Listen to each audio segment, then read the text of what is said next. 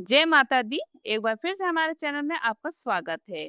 प्रिय भक्तजनों, अगर आपने भी चैत्र नवरात्रि का व्रत रखे हैं, पूजा की है, तो आप भी जानना चाहोगे कि इस बार दुर्गा अष्टमी कब है। अष्टमी तिथि कब से लेकर कब तक रहेगा, अष्टमी का व्रत किस दिन रखना है और इनके यहाँ पर अष्टमी के दिन कन्या पूजन होता है। वे अष्टमी का कन्या पूजन कब करें, क्योंकि इस बार अष्टमी तिथि 25 मार्च बुधवार को दोपहर 1:51 से लग रही है। तो अष्टमी तिथि गुरुवार को सुबह 11:49 पर समाप्त होगी। नवरात्रि के दिनों में अष्टमी तिथि को माँ महागौरी का पूजा करने के बाद भक्त कन्या पूजन करते हैं। तो ऐसे में अष्टमी तिथि वैसे तो 2 दिन पड़ रही है, लेकिन उदय तिथि के अनुसार अष्टमी तिथि 26 मार्च गुरुवार को ही मानी जाएगी। लेकिन बात यह है कि सुबह 11:49 तक ही अष्टमी तिथि का समापन भी हो रहा है। इसके बाद में नवमी तिथि लगेगी।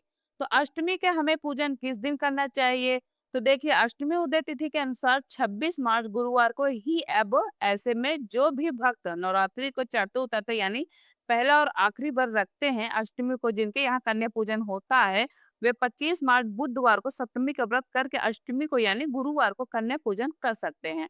और जिनके यहाँ पर नवमी का कन्या पूजन होता है और जो लोग अष्टमी के दिन व्रत रखते हैं फिर भी नवमी का कन्या पूजन करते हो, उनके लिए यह प्रश्न है कि किस दिन हमें अष्टमी का व्रत रखना चाहिए।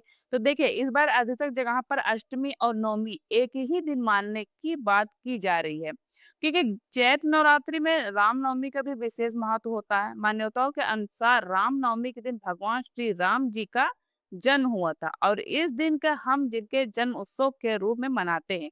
अभिजीत मुहूर्त में जब नवमी तिथि उद्यापन थी तब भगवान श्री राम जी का जन्म हुआ था।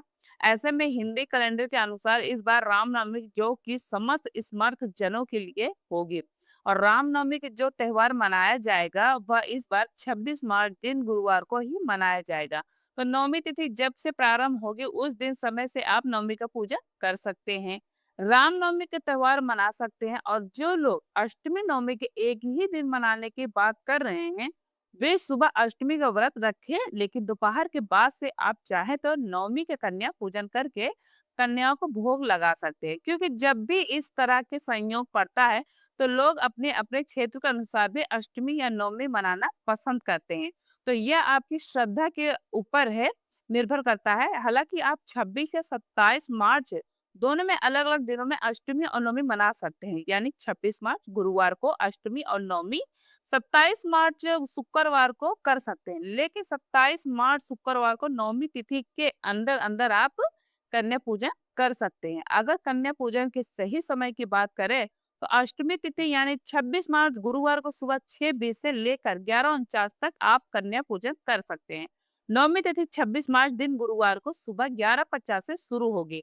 तो इसके बाद आप नवमी के पूजा कर सकते हैं। और अगर नवमी 26 मार्च गुरुवार को ही मना रहे हैं तो शाम को सूर्य अस्त से पहले पहले तक कन्या पूजन कर सकते हैं।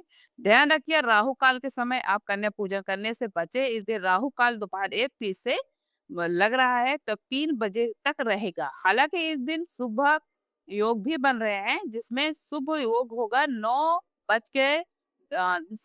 3:09 तक सौभाग्य योग रहेगा। इसके बाद में पूरा दिन शोभन योग रहने वाला है। व्रत का पाना अधिकतर लोग कन्या पूजन के बाद कर लेते हैं।